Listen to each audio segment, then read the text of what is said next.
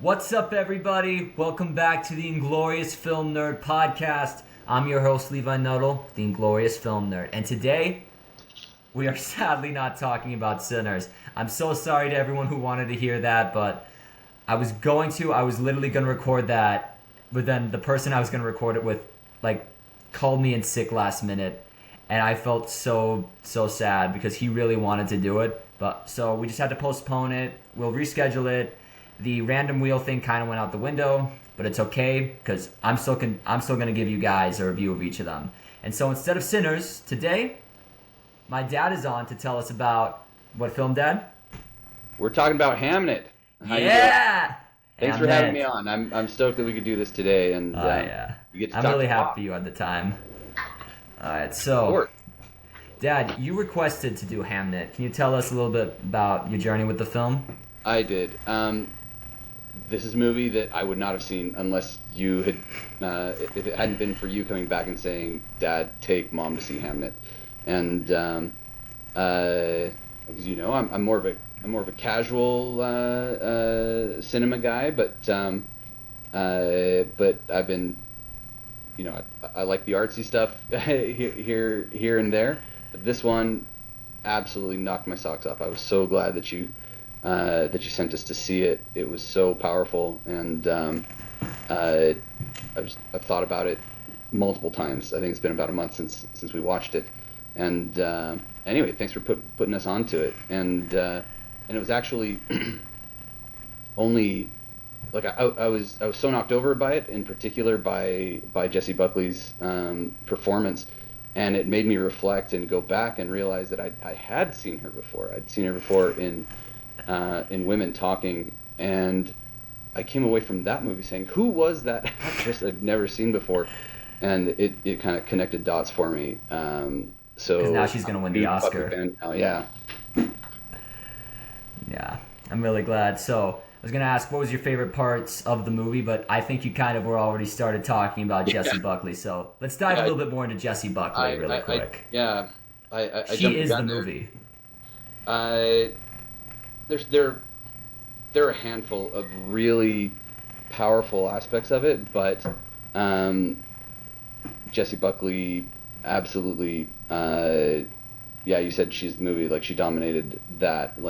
So much of what I came away with in the film.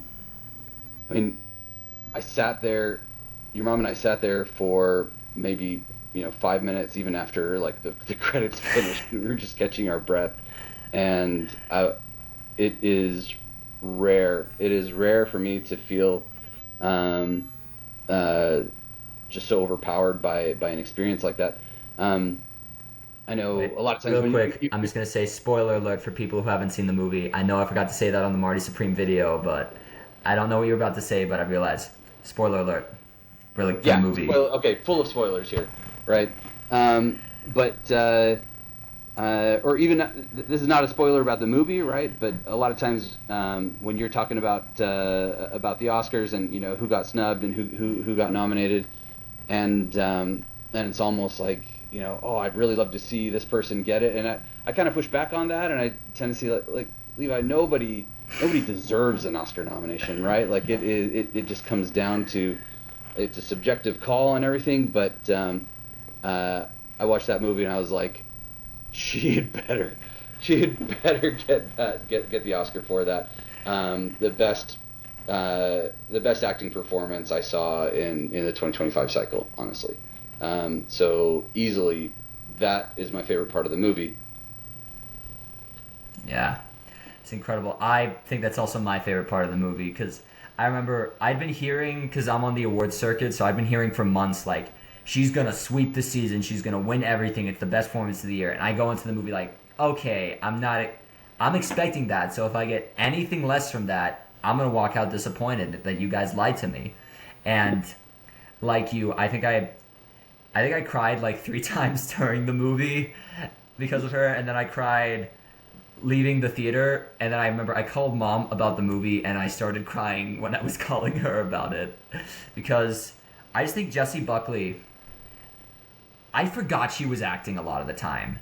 She Yeah. just has such a big stage presence and such a real character and such real emotions that you believe everything she's going through. There wasn't a moment where I'm like she was acting, which yeah, light spoiler. The scene where she gives birth to her children, that scene, that's what won Yeah. her. Oh my gosh. Yeah. 'Cause That's one of two just very physically like grueling scenes. Sorry to interrupt you. Keep going. no, don't feel bad, dude. Cause it's like because like a lot of people, there's some opinions now that oh she overacts in the movie, which I push back on that because for most of the movie she's this very quiet, subtle, and subdued person who like her and Paul Mescal speak to each other mainly through their gazes, and that's how you can tell their love for each other. Yeah. And it's truly amazing because like they look at each other and you're just like you can just sense the connection. They don't say Mm. like I love you so much. They just like they say it all through their eyes and their gazes, and I'm just like it's such a beautiful romance. But then she pivots, and in like the birth scene, she's like screaming in pain and agony, and it just Yeah. and I'm just like, oh my gosh, no, is she okay? I like my mind's not thinking, wow, that's a great performance. I'm genuinely thinking, is she okay? Is she gonna be okay? I don't want this to end badly. I want everything to go well for her. And to me, Yeah. that marked the sign up because even with some of the best performances that are my favorites, I'm thinking, wow, what a great performance. I really love that performance. Their acting's great. Jessie Buckley, every time I was just like, oh my gosh, like she's going through this and I don't know how to feel right now. Like I thought of her character, not her, and I'm like, girl, Yeah. that's how you know you disappeared. I didn't see Jessie Buckley. I saw the character Yeah. she played. Like I'm sympathetic to arguments about overacting, right? I think that like I tend to appreciate subtlety a little more, or I'll just say I tend to look for strong acting in subtle cues like those glances and like the you did mention their relationship and just the energy that they had toward each other, how into each other they were, and it was some of it was high energy and some of it was just like the glances and like the intensity of the what they were going through as a either getting to know each other or as a partnership, and there she did very well also in those subtle moments, and I imagine that when people say that she was overacting, that was in kind of the birth scene and in mourning their son immediately after his passing. Big spoiler alert. But if you We didn't warned know, you. like, that's kind of the premise of the story. But I think that yeah, when there is kind of very loud and kind of physical movement and like expression of something like grief through wailing and such, it is really risky as an actor. I'm not an actor. I can't. But what I mean is, I have to believe that it's very risky for actors, right? And I know that when I watch things, I might get turned off and feel like, okay, come on, just because somebody's going through birth and yelling doesn't mean that you can kind of take the audience to that place by yelling. And so I think it's risky, and when I think of like good strong acting, there's kind of my favorite performances. Very rarely is it just some outlandish kind of loud or like nutty expressions and stuff. But like I think of Heath Ledger, right, and that was super risky and probably not to everybody's tastes, but like that was incredible, right?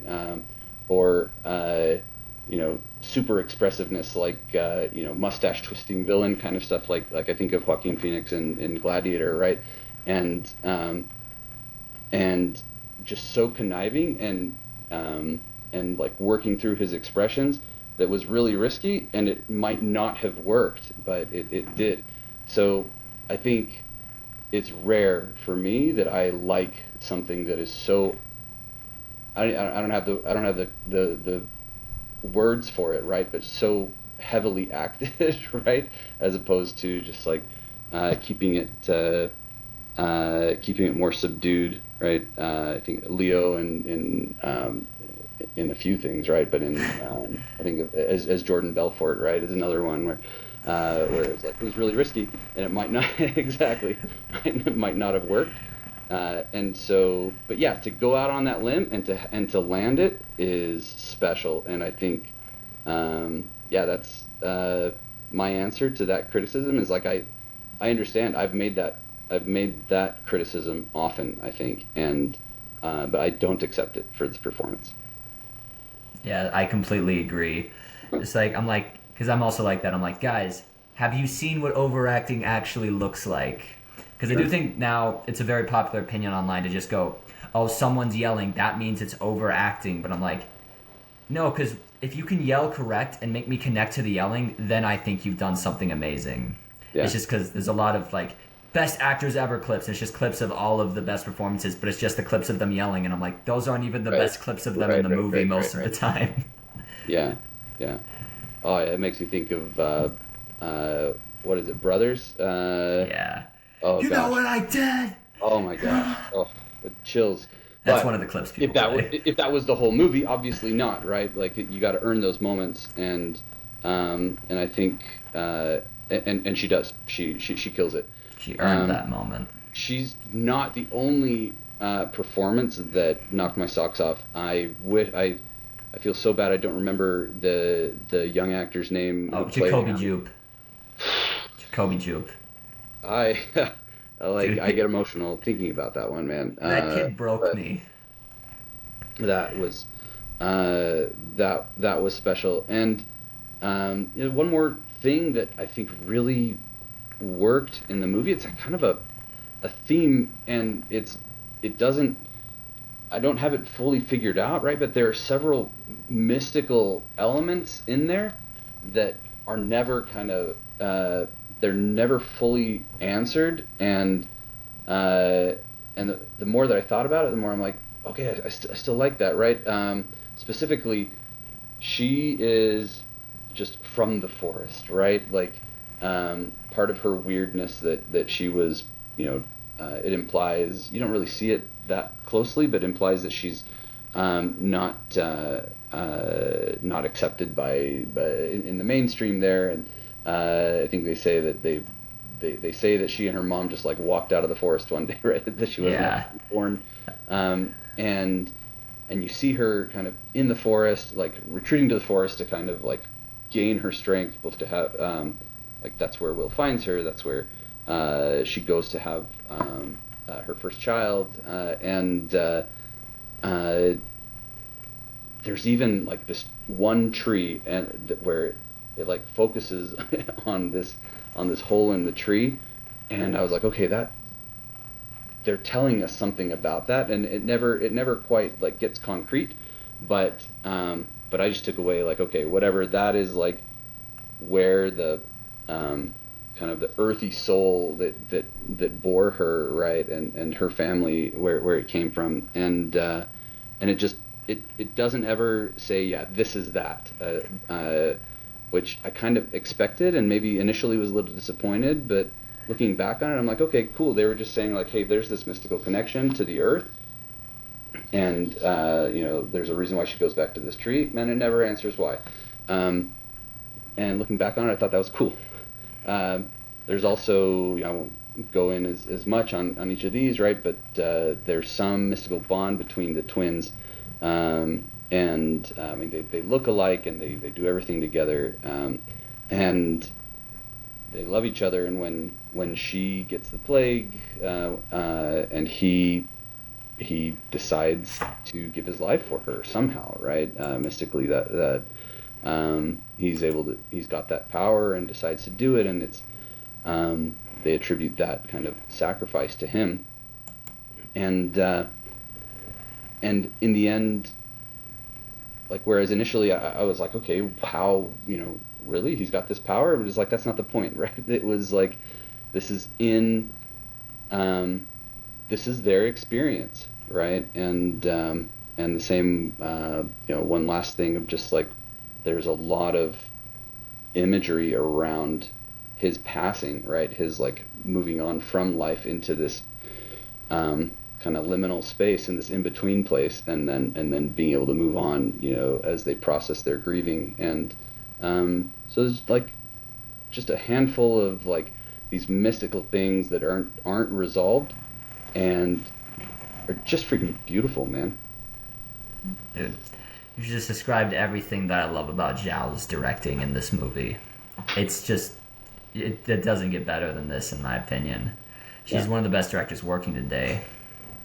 Like, a way to tell a story and not like, one of my major complaints is about lazy writing or lazy directing is like, don't just contrive mechanisms to like move things along and to manipulate my feelings, right? Like come on, have put in the effort to explain things and have them make sense. And I don't have that complaint here. I really, I think you're right. Like, that must be her genius. It is, because I think she does a great job of, she trusts you as the audience to have your own takeaways. Like, a lot of the story is shown and not told, and that's what I really appreciate. She doesn't go like, oh, here's the monologue that explains the theme of the story, or here's the scene where, like, Agnes realizes everything that's wrong. Like, it doesn't say that, but, like, in all of the subtext, you can see it. Like, the moment where she reaches out to the guy playing Hamlet, and you're like, that scene was so well directed, because it's, like, it's showing that she's, like, she's feeling content. Like, she may have lost her son, but she's feeling happy knowing what he's managed to accomplish, even if it's just through the play. And it's such a beautiful moment, because it's not outright said, but like you can feel it, and Absolutely. it feels amazing. Absolutely. I can I keep going with a few other Please things? keep going, keep that going. like I love everything you're saying. I don't want to take up your whole show, right? But I don't worry, you I feel won't. bad that I've gone this far and not mentioned Paul Mescal, right? Oh my gosh, Paul Mescal.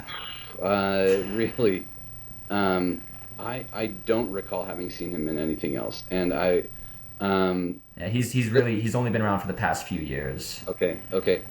Talk about like in the art of subtlety, right? He is the tortured artist is a trope, right? It's also a reality, right? But in portraying the tortured artist, it's easy, I think, to fall into tropes, and he realizes very quickly that he wants her, right? And he wants like what makes her weird to other people, right? And what makes her kind of aloof from society and everything. He wants all of that, and the and she receives it, and she believes him, and it turns into just this really beautiful love story. I found so powerful, and it.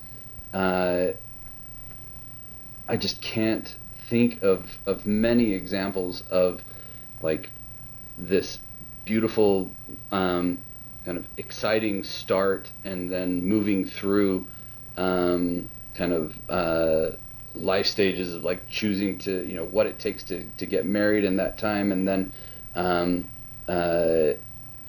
moving on through like it gets down to like really simple domestic spats, right? Of like we're living in your mom and dad's place, right? And it just is sometimes it's so mundane, but like their connection and commitment to each other, and kind of helping each other thrive comes through, and it is beautiful. And the tortured artist bit comes out at times, right? I think of the moment where she wakes up and he's of course writing and drunk and has a fit, and he's just saying like I'm a violent and a dangerous person, right? And she has to chill him out, and it that doesn't end up connecting at all, except for not connecting, kind of basically like that's the tortured artist backdrop that I think is there, and he's trying to do this great thing. It takes him away from the family, And they make choices together about like, okay, is it time for you to come with me when I go to London and so on, or to Stratford, and they end up as just like this really these domestic spats that, or not spats, but domestic events that lead to this kind of collaborative decision that he's not going to be there all the time, and then their son passes and she struggles with it, right? And well, obviously they both struggle with it, but the fact that he wasn't there, it's easy to blame, and of course he is to blame, but it's a collaborated decision. I just think there's so much reality in that. I'm sorry to just like spell it out so much. I find so much kind of reality in that in that mundane aspect of it, that is the setting, that's really the setup for this tension that comes between them over the death of their child and his absence, that is unlocked finally by this art that he develops to grieve his son. And I think the resolution of the entire movie is it helps her grieve their son, and I think in the kind of mystical sense, it helps their son, pass on. That's freaking beautiful, dude. You're making me emotional talking about I'm this. talking about it. No, it's such a good movie. I love this movie. Yeah. No, yeah. I genuinely think we've touched on all of the aspects, like the directing, the screenplay, and the acting. I think we've touched on all of them. I think the one I want to touch on, and this is something that truly elevates the whole movie, the cinematography. Oh my gosh. It's gorgeous. But I was like, visually stunning. I remember because we saw Anemone in the movie theater, and the one good thing I liked about that movie was a little bit of Daniel Day-Lewis's acting and the cinematography. I'm like, oh my gosh, this is amazing. But then I see Hamnet, I'm like, this is what Anemone wishes it was. Yeah. Including with the, like, Anemone went hard on the mystical stuff in a way that didn't land for me. Didn't land that well at all. I was pretty supposed to like it. I hate saying negative things about it, but yeah, it didn't land, and I think it did for Hamnet, and I stress that it's not because it was all laid out and neat. It was still messy, and so I can't explain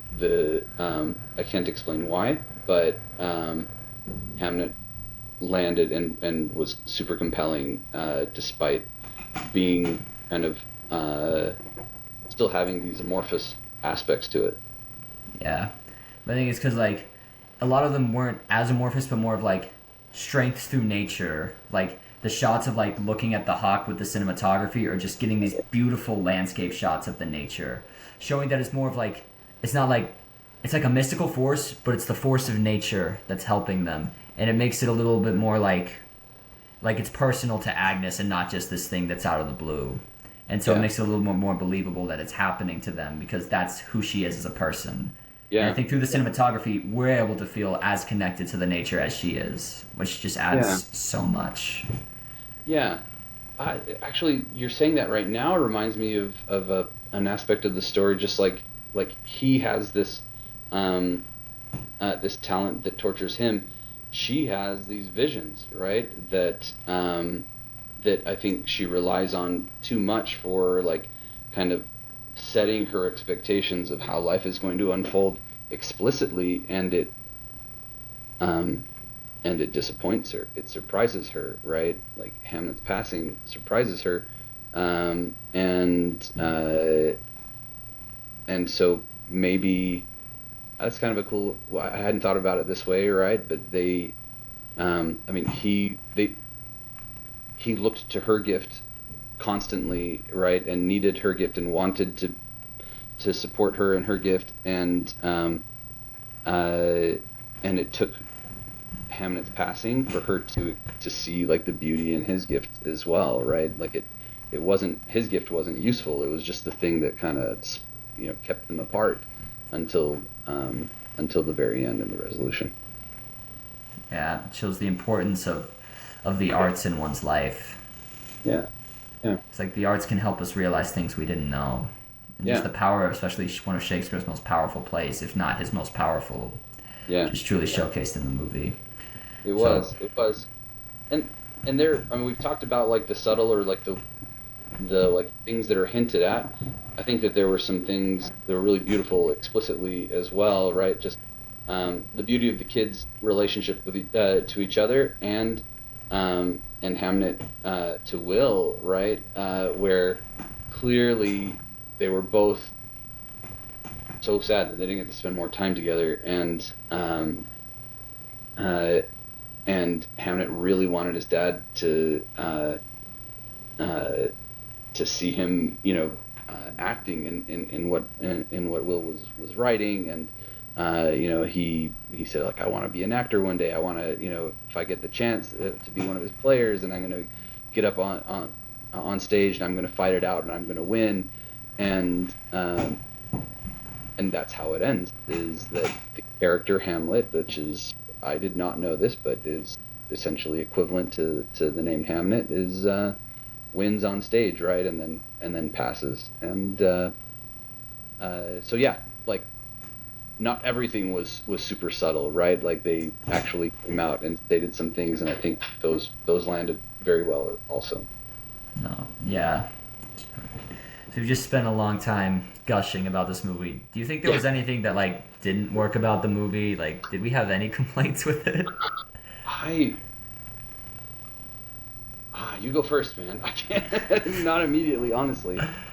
No, yeah, because I've genuinely been trying to rack my brain on things I didn't like. Because this was a movie that I was ready to go in and have, like, a bunch of criticisms for, because it's one that I'd heard been, like, hailed as a masterpiece, like, out of a bunch of film festivals. And, like, it won Best, like, Film at the Toronto Film Festival. And I was like, okay, guys, there's no way it's that good. Like, what are we talking about? And then I came out of it, and I'm like, I don't think I can hate anything about the movie. It's so good. Because I remember, like, I was just crying so much about the movie. For stress, I don't cry that often during movies. Like, I feel very emotional during them, but I seldom cry. Because, like, I can't force myself to cry. I've tried. It's really hard. Yeah. So the fact that this movie made me cry so many times throughout the movie, and then I was still crying as I left, I was an emotional wreck. Yeah. And then I went to see Sentimental Value, which was a bad choice to see both of those movies on the same day. I haven't even seen that one yet. You'd like it, but they were both very emotional movies. Yeah. Seeing them the same day was probably not a smart choice. But so I do remember. This is a tiny note, right? But there was some focus on these red berries and in there, and it turned out that, like, they were in reality, but also in this kind of, like, dream state, or in this, like, in between state, and it was where Hamnet was before passing through, right? And I remember both your mom and I were like, okay, did he, like, poison? Did he eat berries and die because of that? It's like, well, no, clearly he, like, took the plague from his sister, right? And so I think some of the, like, artistic devices, like, led to a tiny bit of confusion on my part. I probably blame us more than Zhao for that, but I mean, that's a pretty small note. It's not like I came out of March Supreme, super loved that movie too, right? But I was like, those 80s songs had no bearing on that. Like, there was nothing like that, right? You said, like, I remember you told me it felt like, right? So like the El Despicable Me 4, where it just plays Everybody Wants to Rule the World. Yeah, I was like, come on, man. Like, Gru and his brother singing Everybody Wants to Rule. That wasn't his brother. That was the villain of the movie. Oh, that was the villain. Okay, sorry. Wrong Despicable Me. Yeah. We've gone far from bringing up Despicable Me franchise in the Hamnet discussion. It's funny we came that far. Yeah. Anyway. You can tell we're having a hard time finding a fault with the movie. Yeah, exactly. Like, we just have the tiniest note, which I'm sure if I look up what was the point of that scene, I'm going to find this interview with Zhao where she explains it. I'm going to go, that was a great artistic choice. For sure. It's like, it's probably what's going to happen if I look that up right now. Yeah. the fact that I was a little confused is like Boy Zhao, you're probably okay. Yeah, because I mean, like, I don't think people have that critique with like Nolan movies. Like, you walk out of Inception, like, I didn't understand it, but I don't think that's entirely Nolan's fault. I No, should just not at rewatch all. the Not movie, at all. and I'll probably get Exactly. it. Exactly. So minimal notes. Yeah, I'm ready to Very move minimal on. notes. Yeah, All right, moving basically, on. I was reaching hard to find something that I didn't think worked about that Yeah, I movie. honestly forgot about that scene until you brought it up. Yeah. No All right, worries. so moving on though, this is the point of discussion. Hamnet is nominated for Best Picture at the Oscars, and along with that, it's nominated for 7 other nominations. Dad, do you know what those nominations are, or do you want me to read them out for you? So I made sure that Jessie Buckley is nominated for Best Actress. Uh, I've got to believe that screenplay, original screenplay, or is it adapted screenplay? Adapted screenplay. It's It's adapted from adapted. the book Okay. Hamnet. Or And I need help. Yeah. all right. Or Okay, so actually, yeah, it's just like if you want to like com comment on like all of them, or just like go through each one. Like I'm good either way. let's go through each one. We'll start from like the ones below the line, and then we'll go to the ones above the line. So let's start out with it was not first nomination, costume design. What do you think of that? I mean, it's a period thing that I did not for a moment feel anything was out of place. I wouldn't say that I saw something that was like, yeah, for me, probably like costumes, or like okay, it's more of like, did it fit or did it not? If there's something that didn't fit, that's a problem. But then it would have to be something really amazing for me to say like, yeah, this deserves the Oscar for this, right? I might say like um, that, but did it deserve it? Like, yeah, super credibly as part of like the entire production design, like it worked. I also think though the colors that they use for the costumes, I think deserve a little more credit here because like using the red as Agnes's color as like her passions and like her like Right. connection to the nature, that added Yeah. so much to the story. And then like Will's like more blue, like contrasting her a little bit, but still like they mesh well Yeah. together and make this perfect. I know that sounds simple, but like the color, No, they man. added a lot.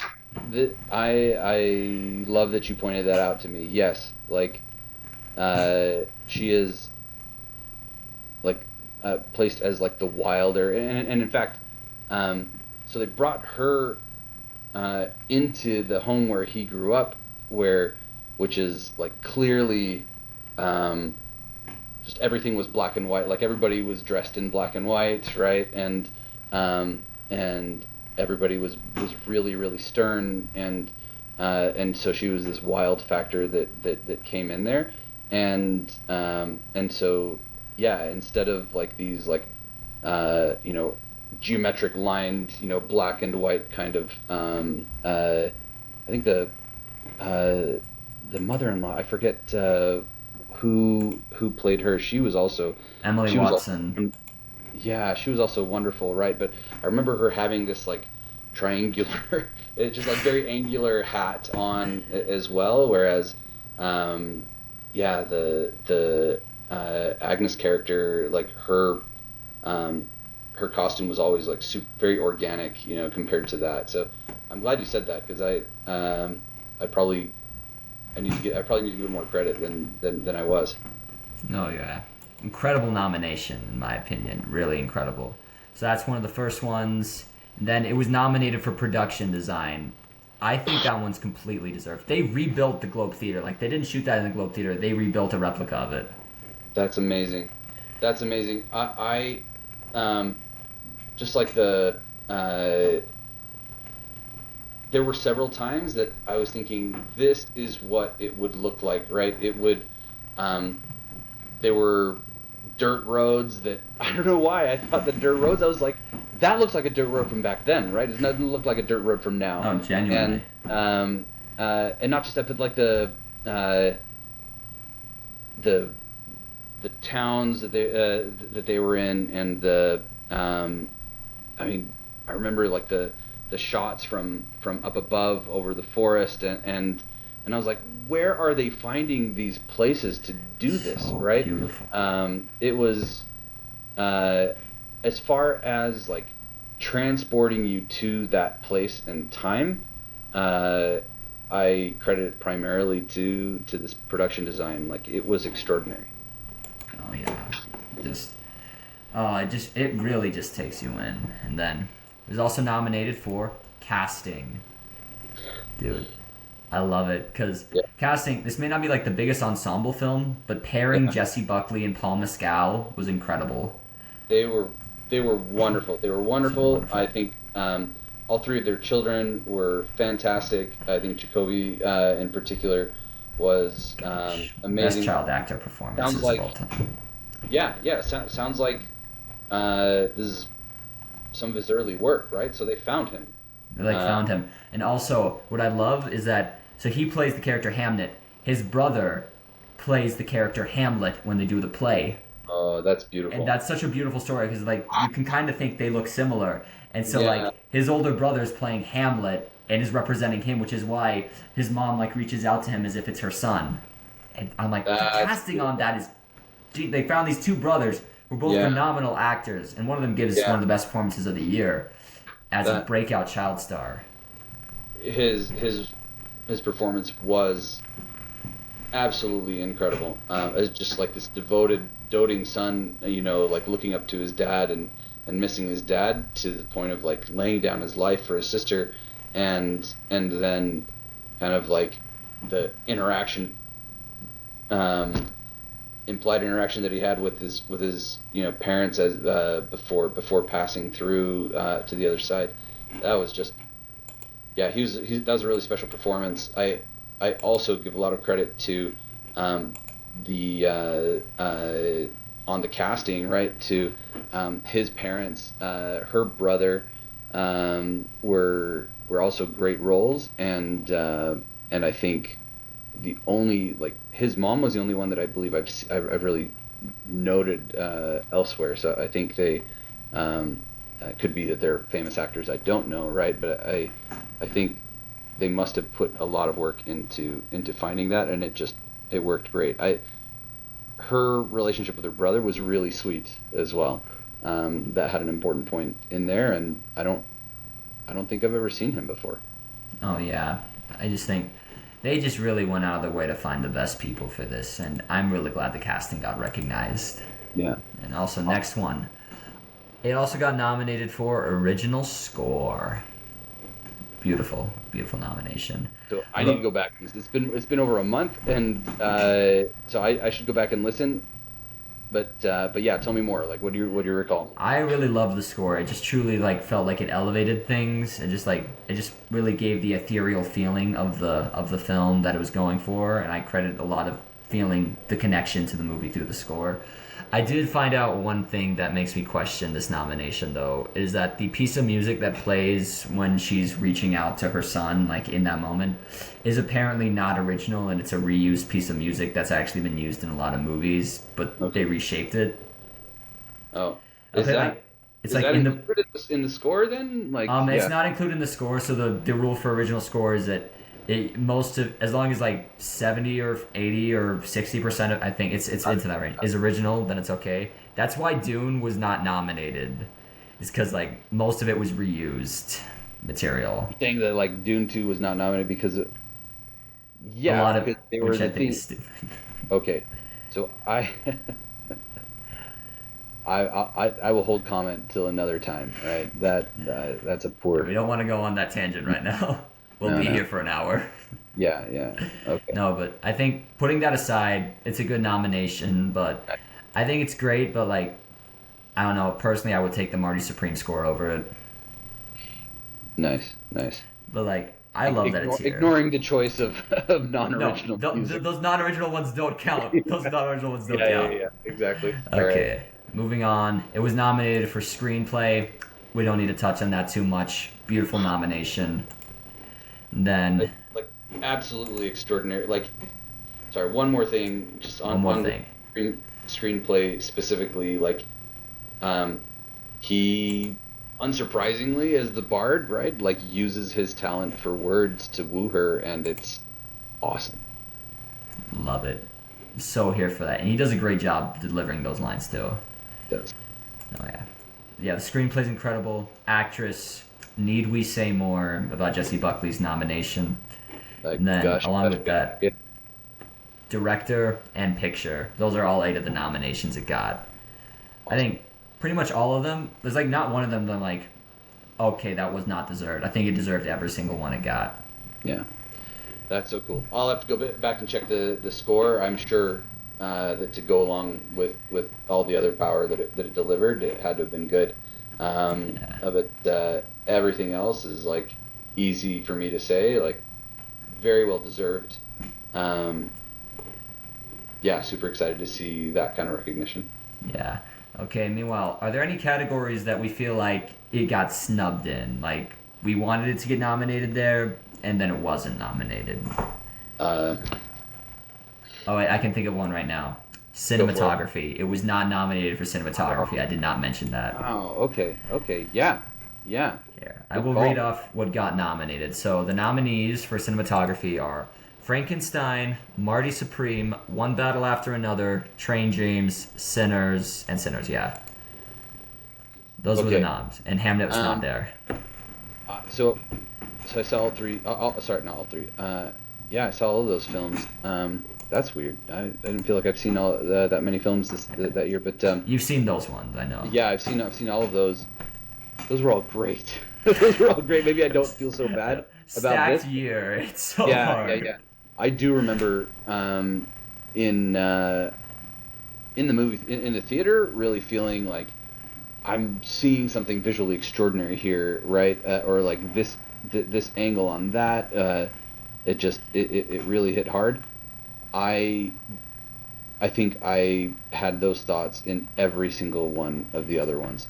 100% for Frankenstein, 100% One Battle, absolutely, like, in a different way, like Marty Supreme, Train Dreams, cinematography. Like that's what we gushed about after the movie. Yeah. It's like, okay, it was wonderful. And Sinners. Yeah. It was wonderful from, but that's a stacked year for such a stacked year that Hamnet's number 6. Yeah. And I'm not mad about it. Man, all your friends and viewers are gonna think I'm a pushover. Like I tend to have a lot of criticism for films.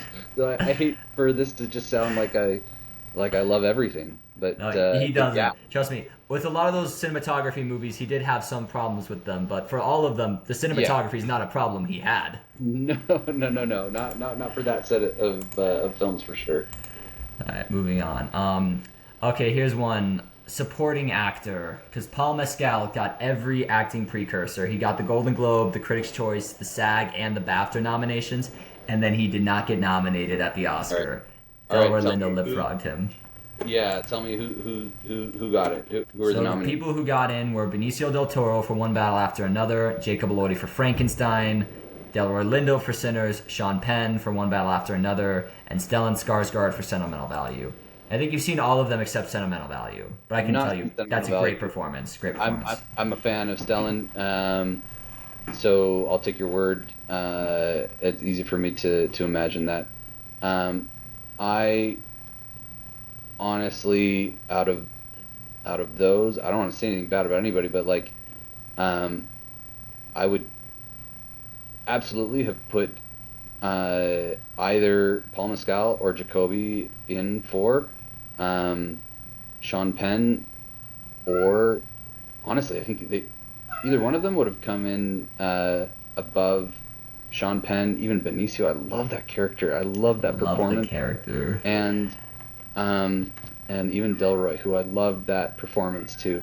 So, but between them, if I were forced to, it'd be like Jacoby Jones, 100%. Like definitely. That was it was a shorter time in the film, right? But he did something special, and so yeah, I honestly consider that a snub. I do consider that a snub. I think Paul, it's a little easier because I think there was a little bit of category fraud where it's hard to tell if he's the lead or the supporting. I think they campaigned him in supporting because the lead category is just it's stacked this year. Like Jesse Plemons couldn't even get in for Begonia, and so I don't think Paul would have gotten in if he went lead. Yeah, yeah. But then it just makes you sad that he missed. But yeah, I agree. I don't think Paul was the big star. I think Jacoby, I personally would have him in over Benicio del Toro. Love that performance, love the character. But Jacoby, like I see that performance, I'm like, oh, that's a great performance. I love it. Cool nomination. With Jacoby, I'm like, this would have been a nomination for the ages. Yeah, that would have been yeah. But I think those are the only two big snubs that at least I can think of. I'm just gonna scroll through some of these categories. I don't feel like it was snubbed in sound or makeup or production design. It was snubbed in editing. I can live with that given the nominees. These are the nominees. F1, Marty Supreme, One Battle After Another, Sentimental Value, and Sinners. I know you haven't seen two of those movies. Yeah, I haven't seen a couple of those movies. Anyway, You can have an opinion on that when you see them. What's that? Said you can have the opinion on the editing category when you've seen all the movies. Yeah. Well, tell me, like, what makes you say, like, what's an example of, like, what are the moments where you say, like, oh man, I love that editing? Because I don't know that I know enough about film to, like, have those moments while I'm watching it to be like, dang, that's some good editing, right? So I think it's not mainly while you're watching it, but it's like after you watched it, you realize the editing. Because I feel like a lot of the times, if you notice the editing in the movie too much, then it kind of takes you out of the movie. Because there's like some movies where there's like a lot of choppy editing, and I'm like, okay, I noticed the editing there. That's not cool. Or like they'll edit in a weird way where you're like, when did we get here? What the heck? But with like, I'll use One Battle After Another as an example because I think that's a movie that has beautiful editing where like the movie doesn't feel too long. It's like paced perfectly. They spend enough time in each of the stories that it feels like it's enough, because a lot of that is up to the editor and like sifting through all of the footage that the director has and finding the best like reaction shots or best like moments where like they cut to one place to another. Got it. And then also like what was I thinking? Yeah, I think that was that? Well, I think that was everything I was gonna say. Yeah. So that's it. Like, you need to school me a little bit in editing. Like when you're talking about like choppy movies that are, like I think of, like we watched Snatch not that long ago, right? Like fantastic, but like intentionally jumpy kind of. Sometimes intentionally jumpy editing is really good. I will say that. Right. Like Snatch. But, Snatch is an exception though. Yeah. Anyway, cool. Okay. Well, you need to school me up on editing so I can appreciate it. I will do that at some point, don't you fret. Nice. No, but yeah. So I think those are all the snubs I think we think it got and all the nominations it got. So we'll just, to wrap things up, overall thoughts on Hamnet? I loved it. I'm better for having watched that movie, yeah. That's how I feel. It just, if a movie can movies make you better people, and this is high up on movies that impacted me last year. And I will say this, so again, going back to slowly drip feeding my ranking of the nominees. So I said in the last video, Marty Supreme was my third favorite Best Picture nominee. Hamnet is my second favorite Best Picture nominee, baby. It's so good. Like, I heavily debated saying it was my favorite movie of the year, but there's one movie that beat it, which, stay tuned. If you want to know, I think my dad knows which one it is, and some people might know too, but I will never tell. Hamnet, thanks, Dad. Yeah. Appreciate it. But Hamnet just, dude, because like I say this over and over again, when people tell me a movie's a masterpiece over and over again, and I go in expecting it to be a masterpiece, and I'm still blown away, that's when I know I've seen a masterpiece. It's like when it holds up to that standard. Because I can think of countless movies where people go, "Oh, it's a masterpiece, it's amazing," and I'm like, I mean, it's a good movie. Yeah. Why is masterpiece getting thrown around? Right. I think the list of cinematography nominees plus Hamnet that's probably the best movies that I saw last year. Right. Honorable mention to The Roses. I love that. I love that. Not more people should go watch it. It's not an Oscar film, but it is one of the funniest films of the year. Yeah. And like I know saw others as well, but those were. It was a good year. That was a fantastic great freaking year for movies. All right, Dad, thanks so much for coming on.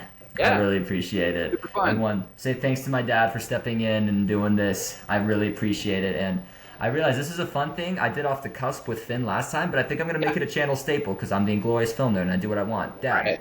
say a film hot take that could be a subject for a future episode. Okay, film hot take. Give me a genre real quick. Science fiction. Science fiction. Like, why is nobody talking about District 9, right? Like, for a long time, my favorite film, and I think, well, I won't argue about whether it is or not, but I think that it I think I is. know your hot take. District 9 is better than Avatar. That's not a hot take, right? I know, Is that's that not a hot take. controversial? Right? No, I think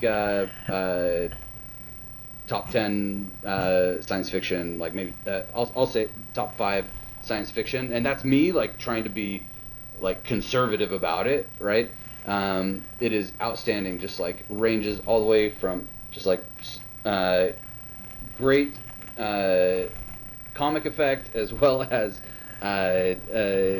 just like the acting is fantastic, the premise is amazing, has like it's full of like political implication and social commentary and stuff. Like District 9 needs more love. All right, people, you heard it here. Your homework is to go watch District 9. you go. All right. All I right. appreciate it, Dad. And Thanks. everyone, stay inglorious. Inglorious Film Nerd, out. All right.